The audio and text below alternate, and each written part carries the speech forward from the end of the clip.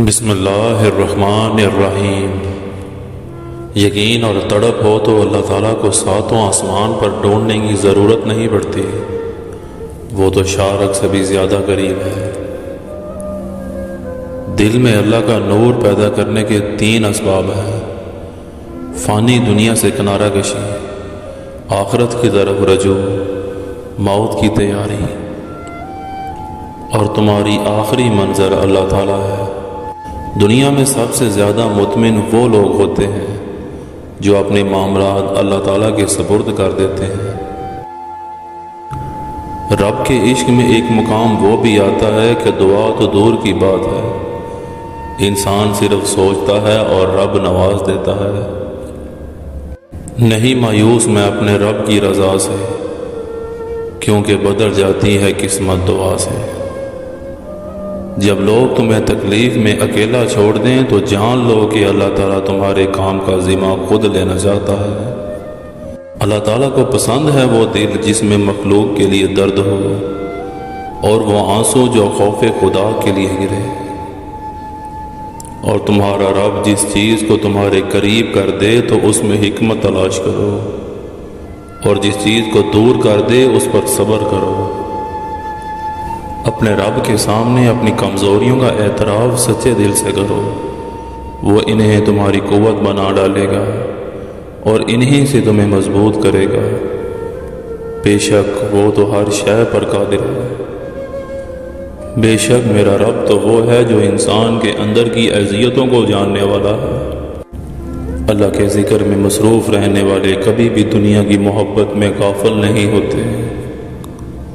بے شک اللہ تعالیٰ توکل کرنے والوں سے محبت کرتا ہے۔ ہمیں پتہ بھی نہیں ہوتا کہ ہمارا رب ہمیں کس کس مقام پر گرنے سے پہلے تھام لیتا ہے۔ امید صرف اللہ سے لگاؤ، یہ دنیا والے تو کچھ نہیں دے سکتے۔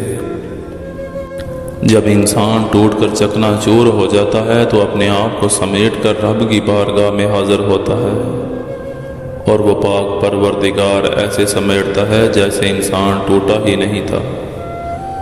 بے شک اللہ تعالیٰ عظیم مصور ہے، اور تم رب سے بڑھ کر کسی اور کو اپنا نہیں پاؤ گے۔ اللہ تعالیٰ فرماتا ہے تو کرتا وہ ہے جو تو چاہتا ہے، پر ہوتا وہ ہے جو میں چاہتا ہوں۔ اگر تو وہ کر جو میں چاہتا ہوں، پھر وہ ہوگا جو تو چاہتا ہے۔ رب کو ہماری نہیں بلکہ ہمیں رب کی ضرورت ہے۔ اللہ کے اتنے قریب ہو جاؤ کہ تم دعا مانگو تو فرشتے اس پر آمین کہیں۔ میرے دل کے اطمینان کے لیے اتنا ہی کافی ہے کہ جو کچھ ہوتا ہے اللہ کی رضا سے ہوتا ہے، بندوں کی رضا سے نہیں۔ موسیٰ نے جس راستے سے دریا پار کیا، فرعون اسی راستے پر غرق ہوا۔